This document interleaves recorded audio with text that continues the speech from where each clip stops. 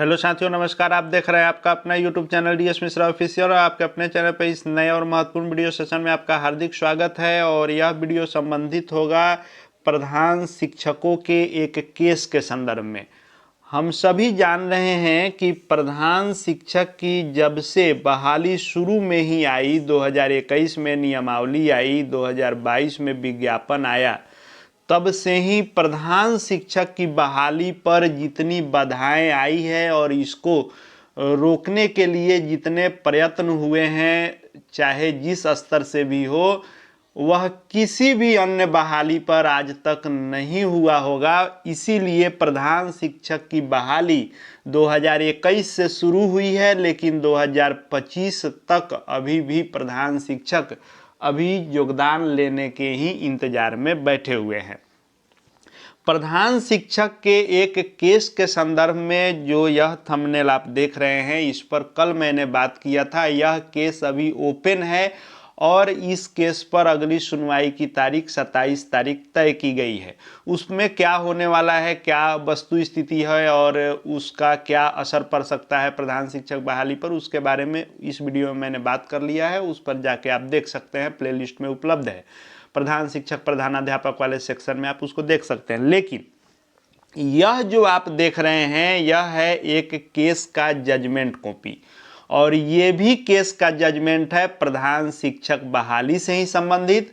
तो इस वीडियो में इस जजमेंट के मुख्य बिंदुओं को हम लोग समझेंगे, इंग्लिश के साथ साथ हिंदी में भी समझेंगे कि आखिर कोर्ट ने क्या कहा है, किसकी हार हुई है, किसकी जीत हुई है, किसको फटकार लगी है और प्रधान शिक्षकों को इससे क्या बेनिफिट मिलने वाला है। इन सब पर बात करूंगा, तो वीडियो खास होगा, अंत तक मेरे साथ बने रहेंगे। और यदि चैनल से अब तक नहीं जुड़े होंगे तो चैनल को सब्सक्राइब करके बेल आइकन को प्रेस कर लेंगे, ताकि आगे भी प्रधान शिक्षक प्रधानाध्यापक से जुड़ी हर महत्वपूर्ण वीडियो आप देख सकें। तो यह केस जो दायर किया गया था, यह परिवर्तनकारी प्रारंभिक शिक्षक संघ, जिसके अध्यक्ष जो वर्तमान माननीय एमएलसी हो चुके हैं, बंशीधर ब्रजवासी जी के द्वारा किया गया था। और उनके संगठन के द्वारा जो यह रीट याचिका दायर की गई थी माननीय हाई कोर्ट में, इसमें प्रधान शिक्षक के नियमावली विज्ञापन को चैलेंज करते हुए इसको रद्द करने की मांग की गई थी और प्रमोशन के आधार पर हेडमास्टर बनाने की मांग की गई थी। इसमें जो है जो पार्टी बनाया गया था वह स्टेट गवर्नमेंट को, एसीएस को, उसके बाद प्राइमरी एजुकेशन के डायरेक्टर को, सेकेंडरी एजुकेशन के डायरेक्टर को, क्योंकि इसमें हेडमास्टर का भी जिक्र आया था, और बीपीएससी के भी सचिव को इसमें बनाया गया था।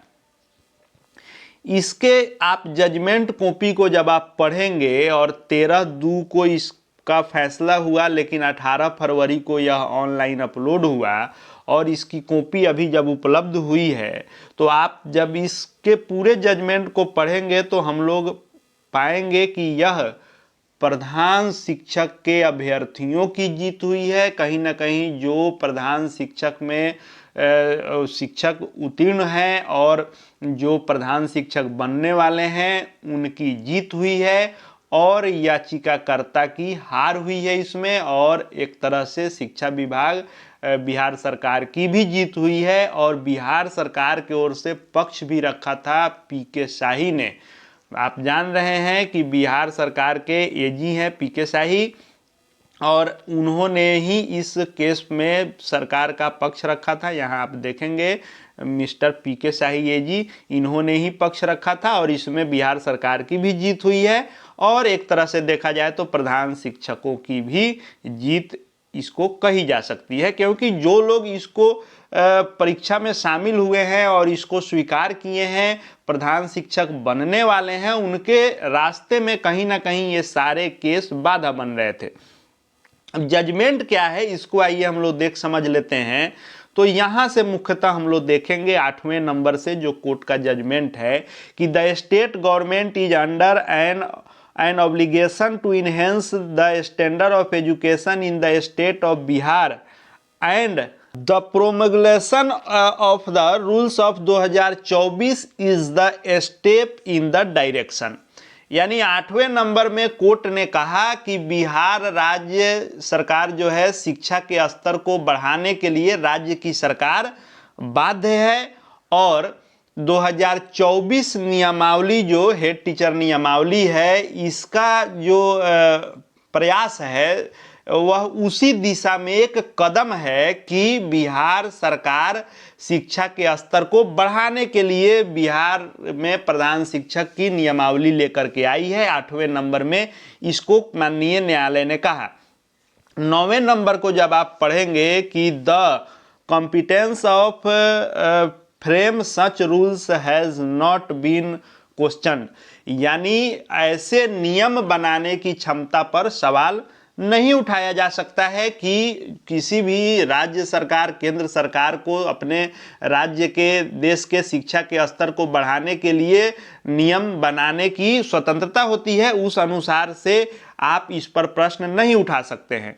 फिर 10वें नंबर को आप पढ़ेंगे कि we have not been able to find out any anomaly in the rules for it to be called to be in violation of RT act 2009, यानी माननीय न्यायालय ने कहा कि हम इस नियम में ऐसी कोई विसंगति नहीं पा सके हैं जिसके कारण शिक्षा का अधिकार कानून आरटी एक्ट 2009 का उल्लंघन कहा जा सके, क्योंकि इसमें याचिकाकर्ता ने पक्ष रखा था कि यह आरटी का उल्लंघन है, यह प्रधान शिक्षक की बहाली करना। इस पर कोर्ट ने कहा है कि इसमें ऐसा कुछ नहीं हम पाए हैं जिससे कहा जा सके कि आरटी 2009 का उल्लंघन है।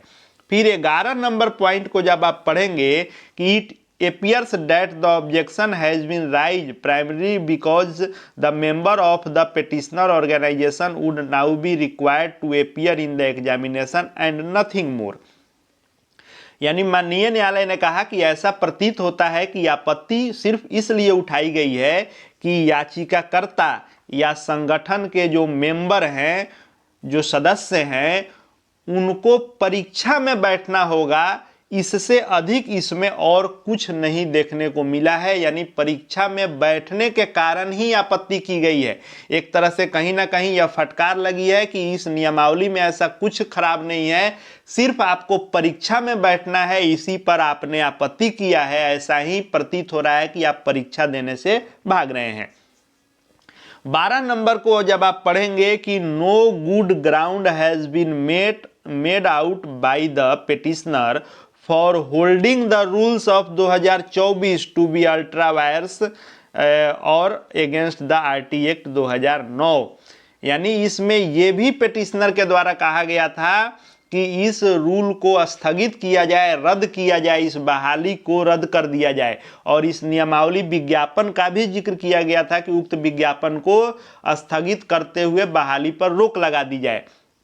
इस पर कहा गया है माननीय न्यायालय के द्वारा कि याचिकाकर्ता द्वारा जो 2024 का जो यह हेड टीचर नियमावली है, इसको आधार विहीन मानते हुए इस पर रोक लगाने की मांग की गई है, इसका कोई उचित आधार नहीं है और ना ही यह आरटी एक्ट 2009 के खिलाफ ही है। इसीलिए 13 नंबर में फैसला लेते हुए माननीय न्यायाधीश आशुतोष कुमार, जो एसीजे भी हैं, एडिशनल चीफ जज हैं, और जो सारथी जी हैं, ये भी जज हैं, माननीय जज ये भी हैं, दोनों के बेंच में, डबल बेंच में यह सुनवाई हुई है और दोनों माननीय के द्वारा यह फैसला किया गया है कि there is no merit in this writ petition, यानी इस रीट याचिका में कोई योग्यता नहीं है। The writ petition is dismissed, यानी इस रीट याचिका को खारिज किया जाता है। इस तरह से यह फैसला है कि प्रधान शिक्षक बहाली को ना ही स्थगित किया जाएगा, ना ही विज्ञापन रद्द किया जाएगा, ना ही नियमावली रद्द की जाएगी। यह बहाली चलती रहेगी और राज्य सरकार यह बहाली करने को स्वतंत्र है। इस तरह से इस जजमेंट से प्रधान शिक्षक अभ्यर्थियों के लिए अच्छी खबर है कि कोई भी असर नहीं होने जा रहा है। जजमेंट में आपकी जीत ही है, बिहार सरकार शिक्षा विभाग की जीत है और इसमें याचिकाकर्ता की हार हो गई है। इसलिए किसी प्रकार से कोई असर नहीं पड़ने जा रहा है प्रधान शिक्षक की बहाली पर इस केस से। आगे प्रधान शिक्षक, प्रधानाध्यापक से जुड़ी हर महत्वपूर्ण वीडियो आपको यहाँ देखने को मिलेंगे। चैनल से जुड़ जाएंगे, चैनल को सब्सक्राइब करके बेल आइकन को प्रेस कर लेंगे। साथ ही साथ हमारे Telegram channel DS Mishra official से भी जुड़ जाएंगे ताकि शिक्षा विभाग के हर अपडेट आपको मिलते रहेंगे। इस वीडियो को देखने के लिए आपका बहुत बहुत धन्यवाद।